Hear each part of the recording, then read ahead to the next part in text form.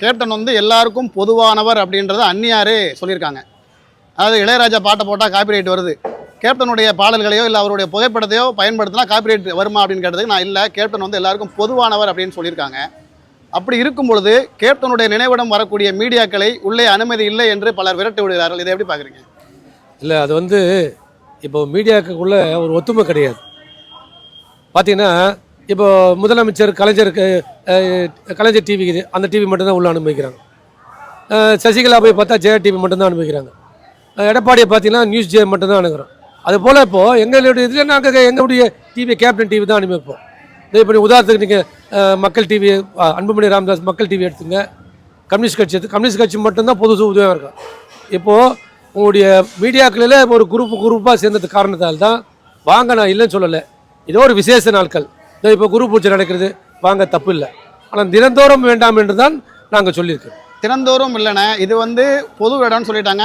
நீங்கள் எப்படி கேப்டன் அவர்களை கோவிலாக கடவுளாக பார்க்குறீங்களோ அதே மாதிரி அவர் மேலே விசுவாசமாக ஒரு ரசிகனாக ஒரு நல்ல தலைவனாக ஏற்றுக்கொண்ட நாங்கள் அவருடைய புகழை பரப்ப வேண்டும் என்பதற்காக தினந்தோறும் 1000 வேலைகள் இருந்தாலும் கேப்டனை 1 மணி நேரமாவது தரித்திட்டு விட்டு செல்ல வேண்டும் என்று இங்கு வரும்பொழுது எங்களை நிராகரிக்கும் பட்சம் நடக்கிறது. அதை பார்க்கும்பொழுது மிகவும் வருத்தமாக இருக்கிறது. நீங்கள் ஏதோ ஒரு மீடியா தப்பு பண்ணுறான்னு சொல்கிறீங்க, ஆனால் தப்பு பண்ணுற மீடியா உங்கள் கண்ணுங்களுக்கு தெரியும், நாங்கள் எவ்வளோ நாளாக வந்துட்டு இருக்கோன்னு தெரியும். அப்படி நன்றியோடு வரக்கூடியவங்களை நீங்கள் புறக்கணிப்பது நியாயமா? முதல்ல நான் வந்து யாரும் தவறு செய்கிறான்னு நான் சொல்லவே இல்லை. அவங்களுக்கு ஒரு கம்பெனி மாரி அவங்களுக்கு ஒரு டிவி வச்சுக்கினாங்க, அதனால தான் சொல்கிறோம். அதே போல் வந்து உங்களை வந்து தினந்தோறும் வாங்க வேணான்னு சொல்லலை, சாமியை தரிசனம் பண்ணுற மாதிரி கேப்டன் தரிசனம் பண்ணுங்கள், உங்களுடைய வீடியோ புகைப்படம் எடுக்க வேண்டாம்னு தான் நாங்கள் சொல்லியிருக்கிறோம். வேறு எதுவும் ஒன்றும் இல்லை, தப்பாக நினைக்கக்கூடாது. நீங்கள் இப்போ வேறு கேப்டனுடைய பிறந்தநாளுக்கு வாங்க, அந்நியாருடைய பிறந்தநாளுக்கு வாங்க, தம்பியுடைய பிறந்தநாளுக்கு வாங்க, கட்சியோட ஆண்டு விழாவுக்கு வாங்க, இதோ இப்போ குரு பூஜைக்கு வாங்க, உங்களை சந்தோஷமாக நாங்கள் வரவேற்கிறோம். இது போதாது என்று அந்நியார் அவர்கள் ப்ரெஸ் மீட் கொடுத்தா உங்களை அனைவரையும் நாங்கள் வாருங்கள் என்று தான் கடிதம் எழுக்கிறோம்.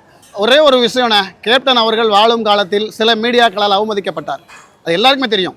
அதாவது வேணும்னே திட்டம் போட்டு பணத்தை வாங்கிட்டு கூட பேசினாங்க, எல்லாருக்குமே தெரியும்.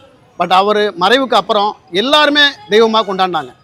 இன்னைக்கு கேப்டனுடைய புகழ் உச்சிக்கு போயிருக்கு அப்படின்னா இந்த மீடியாக்களும் ஒரு காரணம். நீங்கள் நினைச்சாலும் சரி நினைக்காலும் சரி மீடியாக்களும் ஒரு காரணம். அப்படி இருக்கும் பொழுது நீங்கள் மீடியாக்களை நிராகரிப்பது நியாயமா?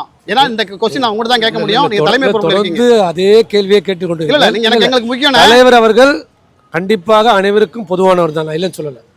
அதே போல் இன்றைக்கு கண்டிப்பாக ஒரு விளம்பரம் தேவை என்றால் மீடியாக்கள் வேண்டும். இல்லை என்றால் கோடியில் இருக்கின்ற மக்களுக்கு போய் சென்றடையாது. இன்றைக்கு சென்றடைறதுக்கு காரணம் மீடியாக்கள் தான், நான் இல்லைன்னு சொல்லலை. அதே போல் கேப்டன் அவர்களுடைய தான தர்மத்தை எல்லாம் அப்போது இவ்வளோ மீடியாக்கள் இருந்திருந்தால் கண்டிப்பாக தமிழ்நாடு முழுவதும் அவருடைய செஞ்ச தர்மத்தையும் நியாயத்தையும் துணிச்சலையும் நீங்கள் எடுத்து காட்டியிருப்பீர்கள். கண்டிப்பாக கேப்டன் அவர்கள் இந்த நாட்டுக்கு ஒரு முதலமைச்சராக ஆகியிருப்பார். அவர் செய்கின்ற தர்மம் செய்யும்போது மீடியாக்கள் இல்லை, இப்போது தான் மீடியாக்கள் அதிகமாக வந்து கொண்டிருக்கிறீர்கள். கண்டிப்பாக அந்நியாருடைய அனுமதி பெற்று உங்களை மீண்டும் உள்ளே புகைப்படம் எடுப்பதற்கு நான் அனுமதி பெற்றுத் தருகிறேன்.